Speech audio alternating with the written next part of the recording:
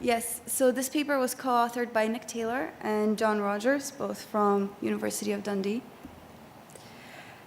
Despite hopes that technology would enable a more democratic and socially just environment, there are worrying trends that overwhelm the public's ability to find trustworthy information and to be surrounded by diverse opinions online. Filter bubbles, fake news, and post-truth saturate our online experiences on social media. These trends motivate our work and need to explore the role of social media in political discourse. One area where social media is used is around televised debates. The television's viewers' attention is now split between the traditional broadcast media and other devices, so-called second screens, used to access other streams of content and a variety of related and non-related information. In this context, in the context of political engagement, the public has naturally adopted second screens in order to gauge the public's opinion, enrich the experience of watching the debate, and share their own opinion. Social printers are connected objects designed to engage, to support engagement with political discourse.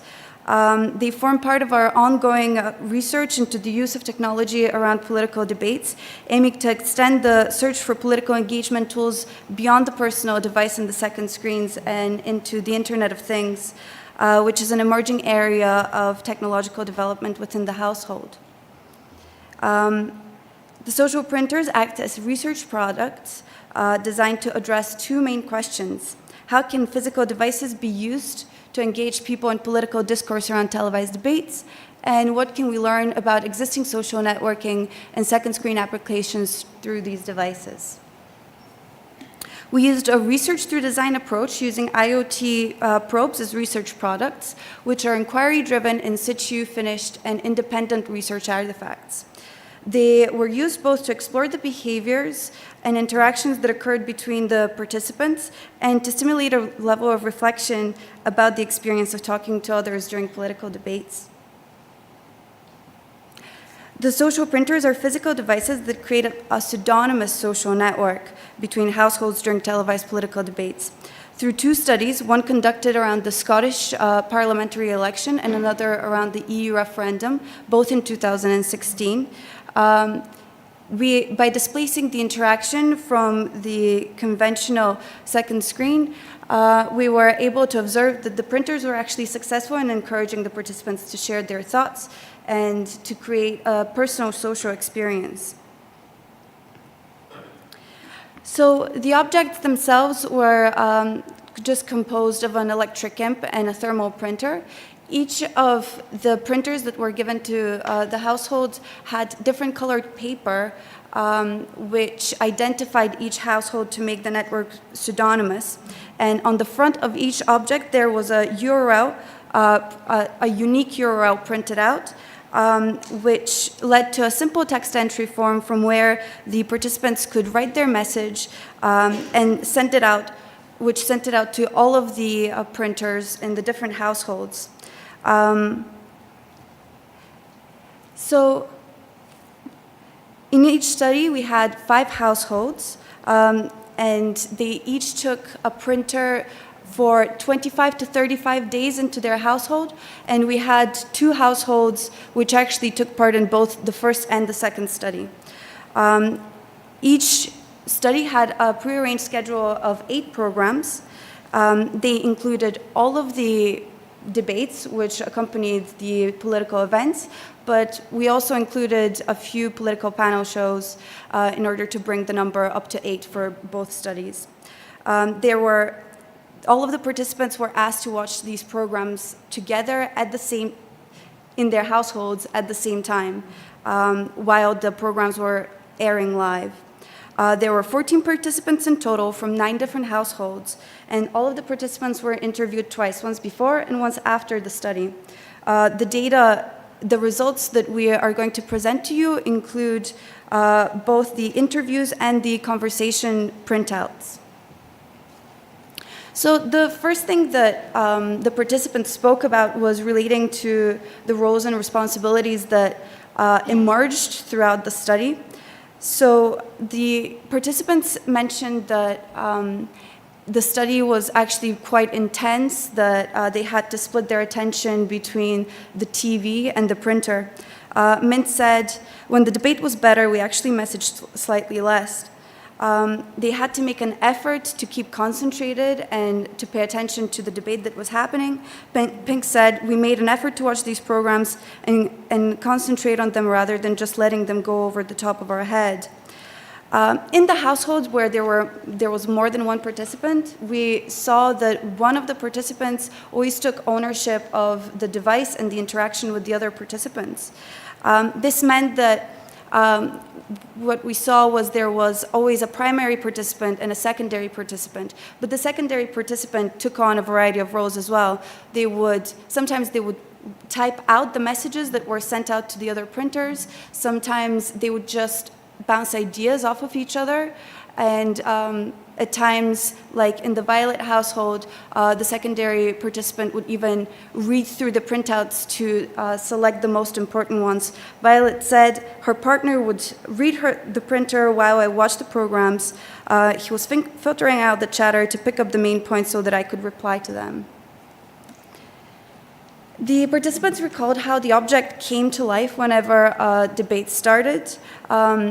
Some reflected that it was quite a natural object to have.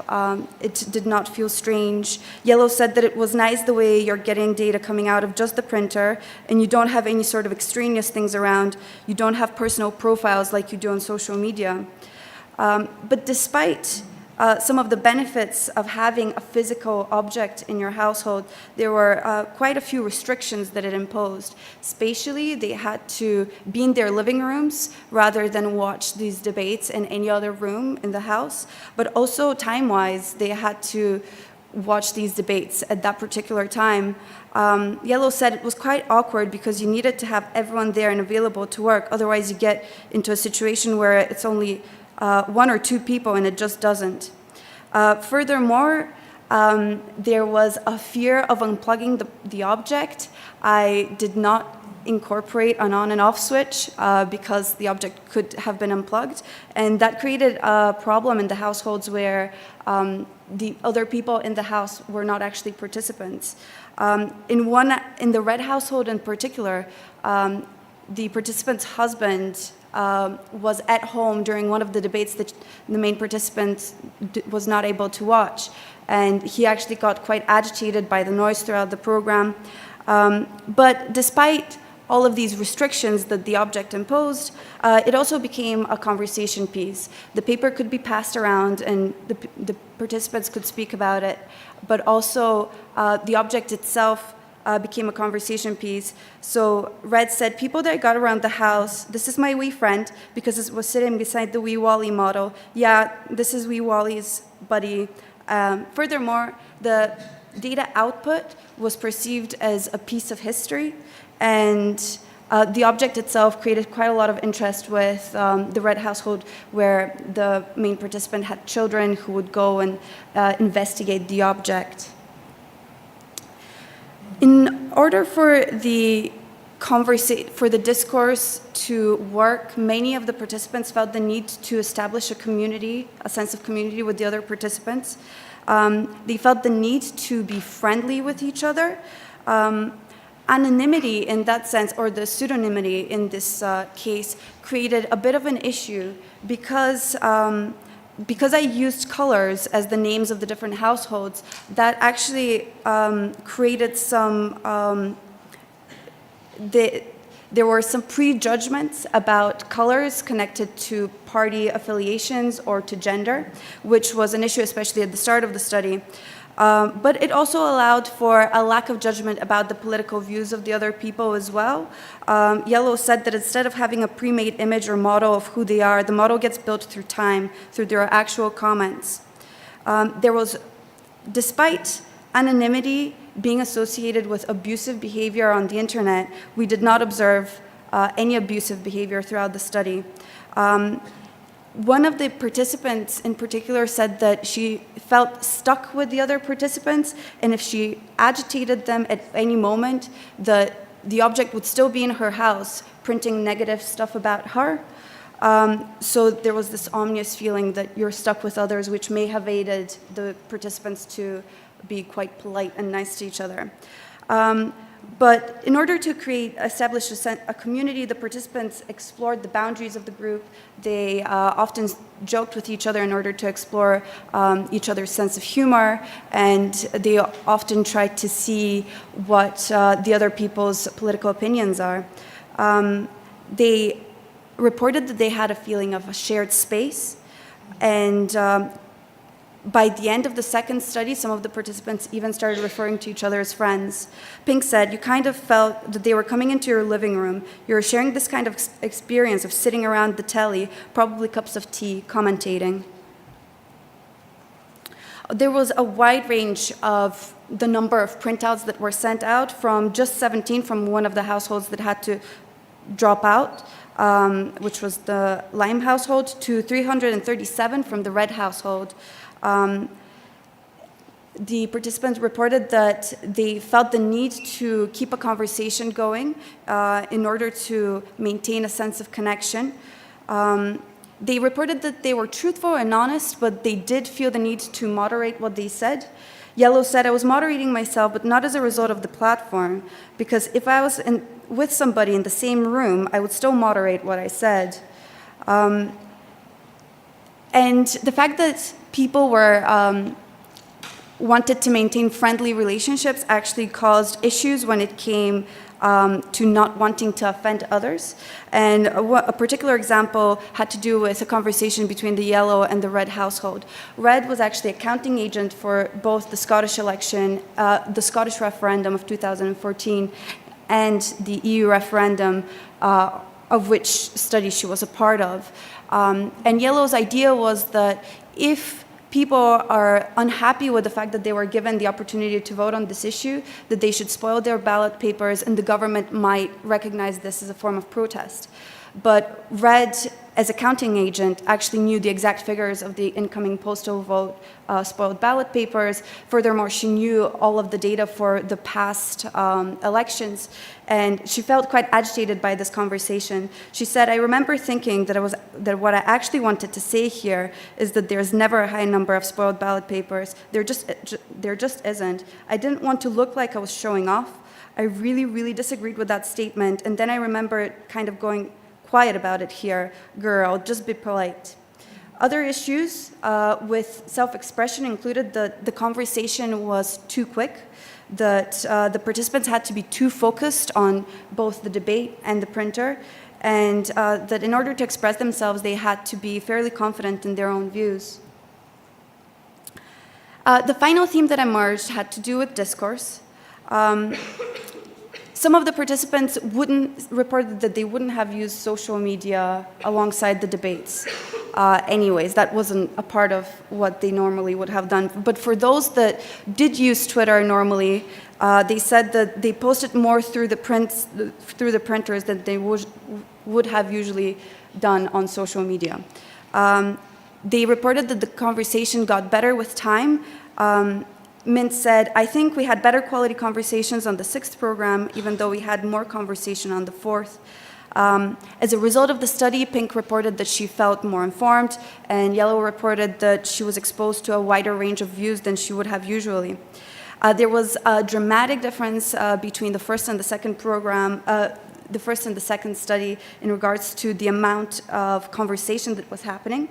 Around the Scottish parliamentary election, there were only 315 prints, with 96 of which were Twitter prompts, which I sent out in order to prompt conversation. But the participants said that the Twitter prompts did not work and that they felt like background noise. In the second study, around the EU referendum, we had 888 prints, 17 of which were prompts, which I switched to having just open-ended questions whenever there was a lull in the conversation of 5 minutes or more. The conversation in the second study was much more free-flowing, as the participants that did both studies reported, but it was also more distracting, with more humor, and based on that, we think that the use of such devices is probably more appropriate for events like referendums that are much more intensive and with much more debate surrounding them. And just to finish off on a few discussion points, by displacing the social experience from the personal device, the social printers encouraged an intimate experience with high levels of direct engagement. As Yellow recounted, it felt much more personal, a lot more like a conversation. Over time, the printers became more effective tools for good quality discourse as the community strengthened and the debates became more heated. Participants even referred to each other as friends. There's ground to believe that a physical tool for political discourse can effectively engage the whole living room, and the objects provided the best of both worlds, combining the intimacy of watching a debate like that in the home with being able to still intimately being able to talk to other people in their living rooms as well. The social printers fostered discussion, speculation, reflection, and social interaction. Having this dedicated physical stream of chat during the debates was beneficial to the emergence of these behaviors. Although the participants still used their personal devices to write and send the messages, the paper was the only data output and hosted all of the conversations. The physicality of the paper and the printer stimulated a novel experience that engaged the whole living room. Our research indicates that physical devices have the potential to engage citizens with political discourse around political debates. And finally, we believe that if used appropriately, anonymity may have liberating effects rather than stimulate abusive behavior. Within this particular study, this may have been due to the small size of the network, due to the fact that the participants knew that they were being observed, and due to the experience of a shared space. But furthermore, political discourse around political debates. Furthermore, within this discourse, we observed that communicating with this small size of the network still proved challenging. And finally, we observed that there is a connection between playful behavior and the process of establishing a community. Thank you very much.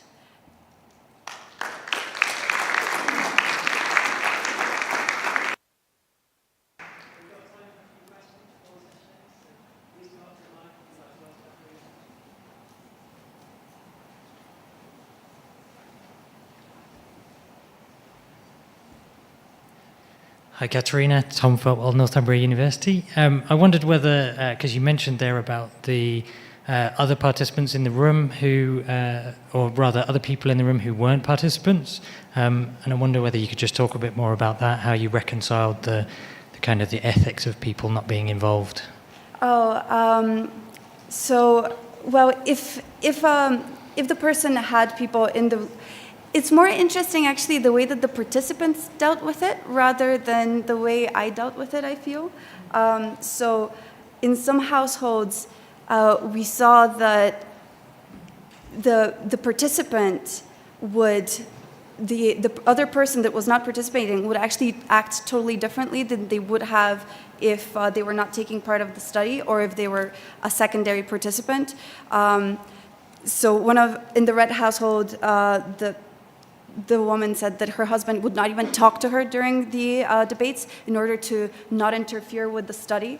And in another household, the flatmate of the participant did not watch the programs with her, but afterwards she would come in and she would read through the printouts and be very suspicious about people's intents or about the object itself. I made the object so that it could be opened and you could see inside it, but still, the flatmate was just like, well, maybe there's a recording device in there, maybe there's more to it than that.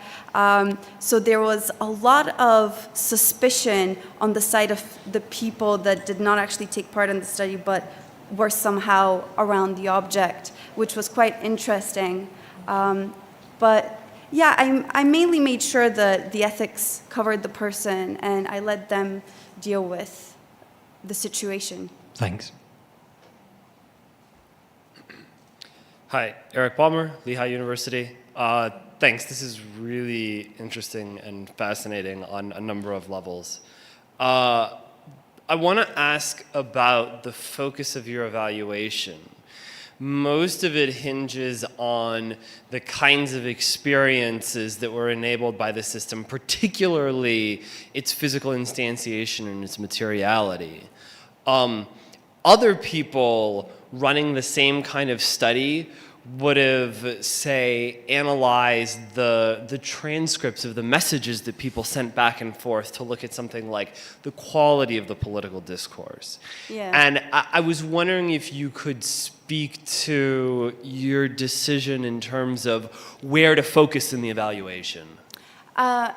Okay, so first off, I could write a totally separate paper about the so like I brought a piece of one of the conversations with me. So there's just a long bits of conversations that just go on forever, basically.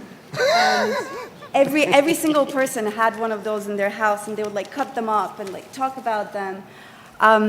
It is really hard to determine what is good quality discourse. What I basically did was I asked the participants what they felt about it. And different people had different perceptions on it. Some people felt the conversations were good. Others felt that they weren't very insightful. So there was no one particular answer. And if I were to analyze the conversation, I'm not sure I would have been truthful to what the participants thought about it. Just as a minor follow-up point, there are various coding schema for quality of deliberation. So Jennifer Stromer-Galley, for instance, has developed one. I mainly focused on what the participants felt about the whole experience. Right. Yeah, okay. I understand. It's sort of beside the point for you. Yeah, okay. Thanks. Thank you. Thank you very much.